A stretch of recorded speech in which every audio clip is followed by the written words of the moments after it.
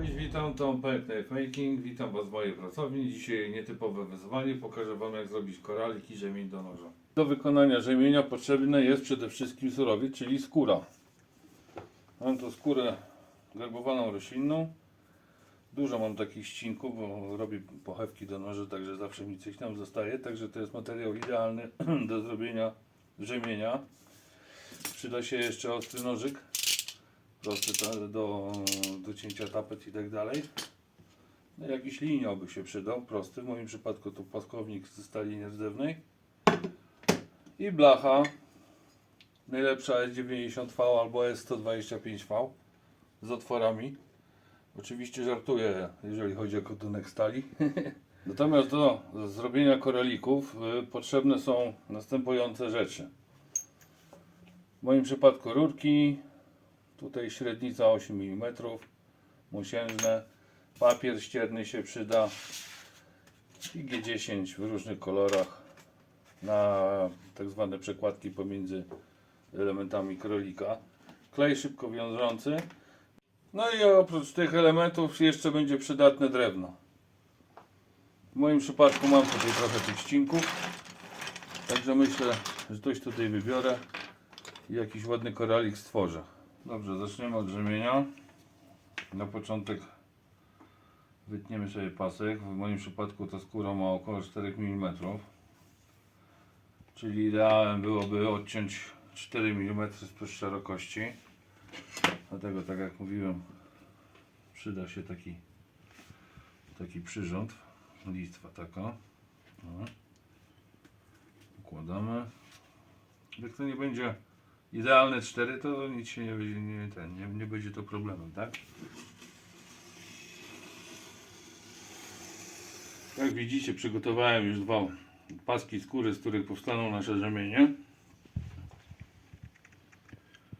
Przekroje widać, jeden kwadratowy, drugi bardziej prostokątny, ale to się nie ma czym przejmować. Także możemy działać dalej. Ale najpierw omówię ten prosty jakże przyrząd. Wykonany, tak jak wspominałem, z blachy. Blacha 4-5 mm grubości. Wywiercone otwory. Pierwszy średnica 6,1, dalej 4,5, 4,0 i 3,5. Przez te otwory za chwilę będziemy przyciągać rzemienia w celu nadania im kształtu kroju okrągłego. I zaraz zobaczycie, jak to się robi. Dobra, pasek mamy. Wkładamy go do wody. Moczymy go krótko. Blacha z otworami, jak widzicie, w imadle jest zamocowana, przygotowana do działania. I możemy zacząć działać. Dobra, rzemień trochę z wody ścieramy. No i przykładamy przez pierwszy otwór. No i przeciągamy. No, jak widzicie, pierwszy otwór jest zbyt duży na kawałek tego rzemienia i przechodzi bez problemu, tak? No i dobra. Czyli kolejna średnica w moim przypadku to jest 4,5 mm. I tu może się pojawić problem. Ponieważ ta końcówka nie będzie chciała początkowo wejść w otwór 4,5 mm, należy ją nożykiem delikatnie przyciąć, tak żeby chociaż centymetr przeszedł przez otwór w blasze. Ułatwiamy sobie pracę kombinerkami, no bo tak słabo tutaj ciągnąć.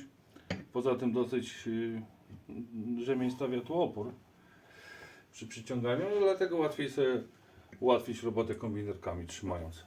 I energicznym ruchem jednostajnie ciągniemy przez pierwszy otwór. Dobra. I jeszcze raz. Trzeba będzie nożykiem sobie przyciąć delikatnie.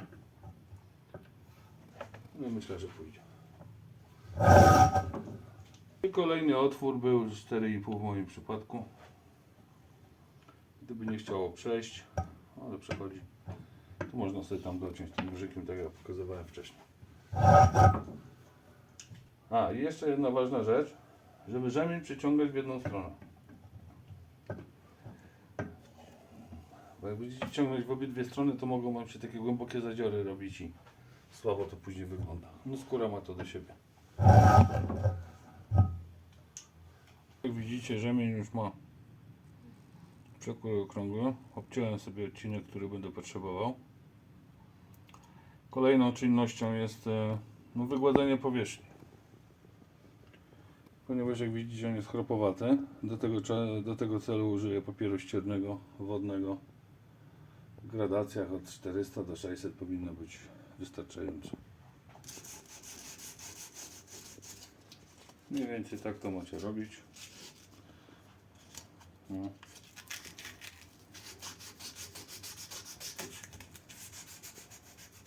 No i tak przygotowany rzemień, P600, papier zakończony. Można teraz zabarwić farbami dedykowanymi do skóry, natłuścić, zawoskować i używać.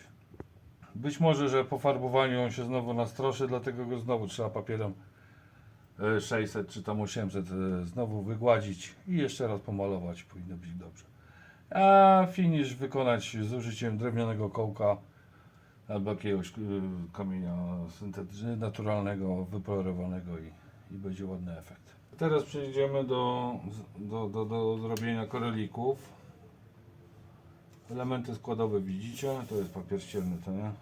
Tu przekładka świecąca w nocy, tu jakiś czarny G10, kawałek stabilizowanego drewna, w tym przypadku czyczota klonu, no i wspomniana wcześniej rurka mosiężna. Przed przycinaniem tych poszczególnych elementów na jakiś tam mniejszy wymiar, najpierw sobie płaszczyzny wyrównamy, tu na tym przyrządzie, jakim jest szyba, papier ścierny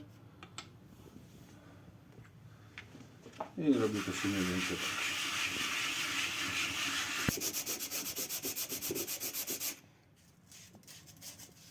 Rurkę też czyścimy. Kolejnym etapem będzie przycięcie tych elementów powiedzmy w kształt kwadratu. Najlepiej z tego kształtu będzie się szlifować, najlepiej koralik przyszły.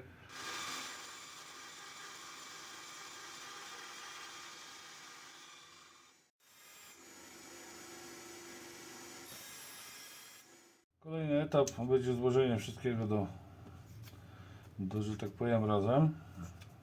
Tak to mniej więcej będzie wyglądało po sklejeniu. I tu można dwie drogi obrać jako tworzenia tego czegoś. Najpierw skleić, później wywiercać otwór na rurkę, albo poszczególne elementy przewiercić i po prostu później nadziewać na rurkę jak szaszłyka. Ale tu już, którą drogę bierzecie, tak zrobicie. Oczywiście przed sklejeniem trzeba odpylić, odpuścić, żeby klej lepiej związał.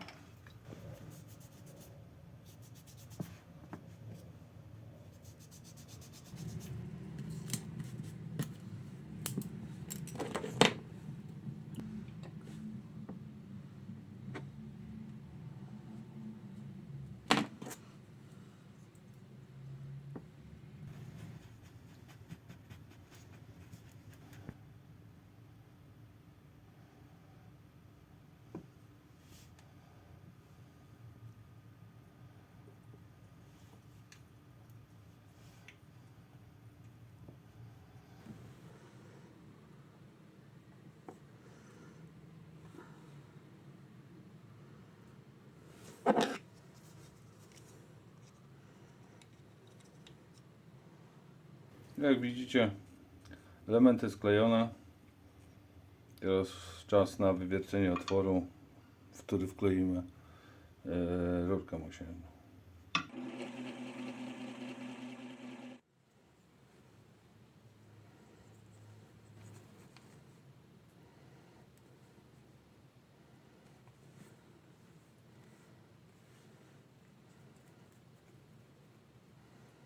Jak widzicie, rurka wklejona, wszystko posklejane przy użyciu szlifierki. Jak ktoś nie ma, no to niestety pilniczek albo piłka. Najpierw usunę sobie tu najpierw tej rurki, później kształt, nadam taki kształt owalny, żeby było mi później łatwiej uzyskać tak zwaną fasolkę, czy tam kształt życiowy tego koralika.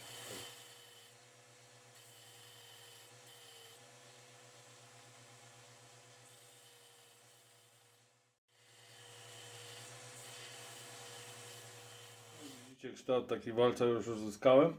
Teraz podłączę sobie to w moim przypadku do krętarka wiertarki i będę już szlifował, nadawał odpowiedni kształt.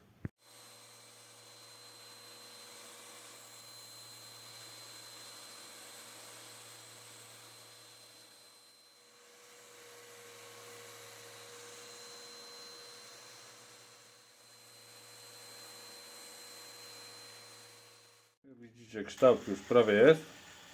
Teraz zmienię papier na wyższą gradację i przystępujemy do finiszu.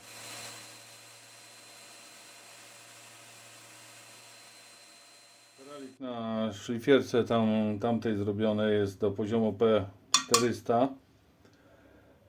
No jeszcze jest to niewystarczający finish. Nie ma papieru ściernego w wyższej gradacji niż P400 do szlifierki. No to sobie użyję, tu już tutaj trochę ręcznej pracy pójdzie.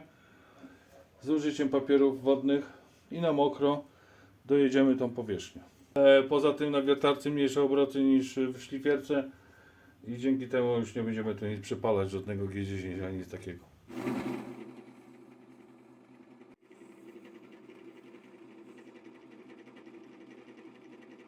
Mamy finish P1000. Teraz trzeba odciąć rurkę. Jak ktoś ma dremel z końcówką do cięcia, to odcina dremelem, a jak ktoś nie ma, to bierze brzeszczot i odcina brzeszczotą. Także działamy.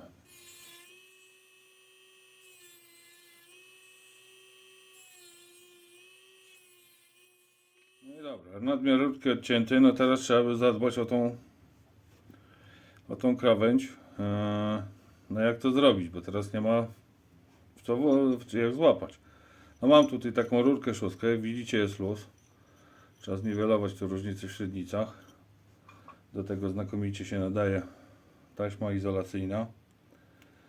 Można sobie oczywiście zrobić jakąś tuleję, która pod wpływem skręcania będzie pęcznieć, czyli coś takiego jak w końcówkach do dremela, do tulejek ściernych. Ale tak jest dość szybkiego na poczekaniu.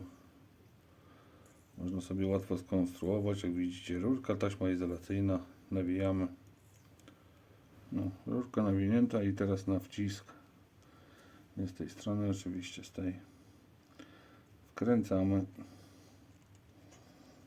dosyć mocno. Dobra.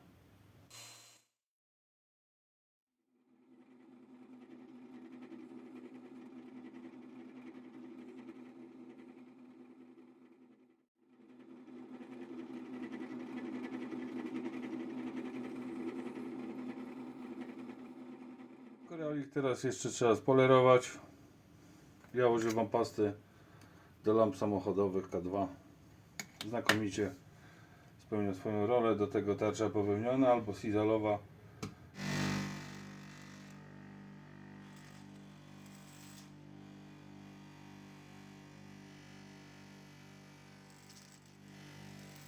No i tak finalnie wygląda to, co dzisiaj zrobiłem. Koralik z paskiem świecącym, zaraz zademonstruję, jak on tam świeci. Rzemień. Oczywiście ktoś, kto robi te koraliki na co dzień, to sobie tam jeszcze, że tak powiem, ułatwi pracę. Tam wiele czynności można zrobić inaczej. Ja to zrobiłem, bo pod wpływem chwili, która mnie, że tak powiem, spotkała, zamawiający nóż chciał mieć koraliki, no to musiałem, że tak powiem, ruszyć głową i zrobić coś na szybko. Ale wy, jak będziecie już powiedzmy zawodowo te koraliki tworzyć, to możecie sobie udogodnienia jakieś wprowadzić w tej pracy. Także pozdrawiam was. Róbcie koraliki do noży, jak wam się podobają. I trzymajcie się.